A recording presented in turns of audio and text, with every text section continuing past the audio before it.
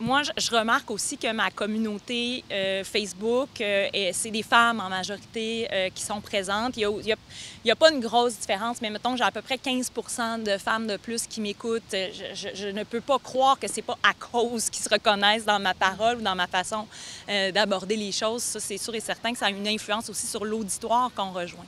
Moi, je rajouterais aussi que c'est important d'avoir la diversité à tous les niveaux, autant au micro que dans l'équipe, dans les invités qu'on reçoit. Et aussi, on est 3 femmes blanches. Ça, c'est très important. C'est une discussion qui prend de l'ampleur en ce moment dans tous les médias, mais à la radio, on ne voit pas la couleur nécessairement. Et c'est quelque chose que moi, j'ai appris à apprécier à la radio, parce que quand je travaillais en print, des fois, les commentaires que les gens me faisaient quand j'arrivais pour faire un topo, c'était sur mon apparence et pas sur mes questions.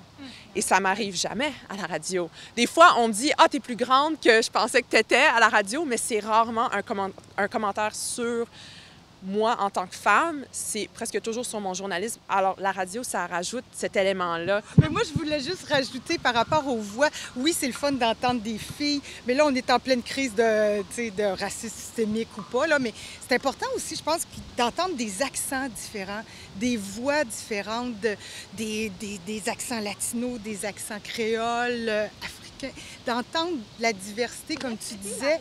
Ouais, refléter ce qu'on voit à Québec, parce que des fois, on a une image de qu'est-ce que c'est, puis ça dépend des quartiers, ça dépend de c'est quoi le topo, mais quand on parle des préposés aux bénéficiaires, tu parles des enjeux qui affectent plus les femmes pendant la pandémie, c'est des femmes, mais c'est aussi des femmes racisées, des femmes immigrantes.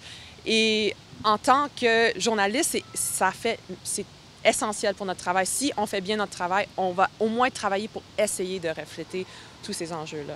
J'ajouterais même que quand on est dans le féminisme, il y a la belle théorie de l'intersectionnalité qui fait qu'on s'intéresse d'emblée aux groupes marginalisés, donc les gens issus de la diversité culturelle, les groupes LGBTQ2+, tout ça, ça fait partie finalement de nos intérêts.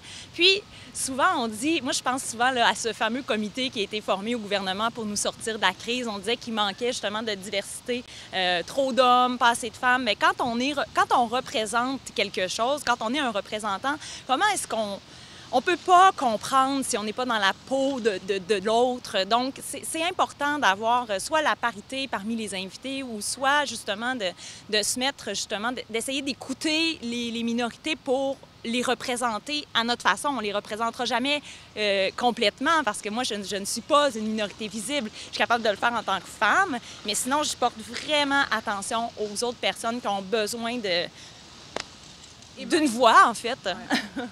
Moi, j'ajouterais comme le parfait exemple pendant la pandémie, c'est OK, on va parler aux parents qui ont choisi d'envoyer leurs enfants à l'école ou pas. Ouais. Et toutes les invités, c'était des mères. Oui. Et là, j'ai dit non, ça marche pas. Il y a des pères, oui. Les parents se posent cette question-là. Pourquoi est-ce qu'on donne le micro uniquement aux femmes? Et c'est autant pour que les hommes deviennent habitués à se faire poser des questions sur c'est quoi ton rôle de père, que pour céder la place, faire de la place. C'est des questions qu'il faut qu'on se pose à toutes les étapes quand on fait notre journalisme, quand on construit nos émissions.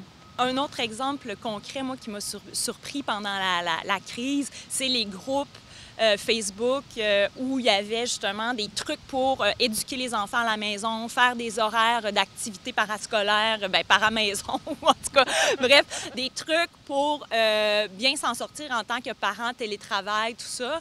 C'était juste des femmes qui avaient dans ces groupes-là, puis je me disais, mais ils sont où les papas? Puis ça, je trouvais que ça mettait le doigt sur quelque chose qui existe encore, c'est-à-dire la charge mentale, on en parle souvent, mais c'est encore présent, puis c'est encore en majorité sur le dos des femmes. C'est un exemple concret juste pour montrer que moi, en tant qu'animatrice de radio, ce sujet-là, il m'a beaucoup touchée, puis j'ai fait une coupe de montée de lait là-dessus. Parce que, tu sais, c'était comme, je trouvais ça, j'en revenais pas qu'on soit encore rendu là, puis ça, c'était une preuve concrète. Fait que c'est le genre d'exemple de sujet que j'aborde de cette façon-là parce que je suis une femme, puis ça me touche particulièrement.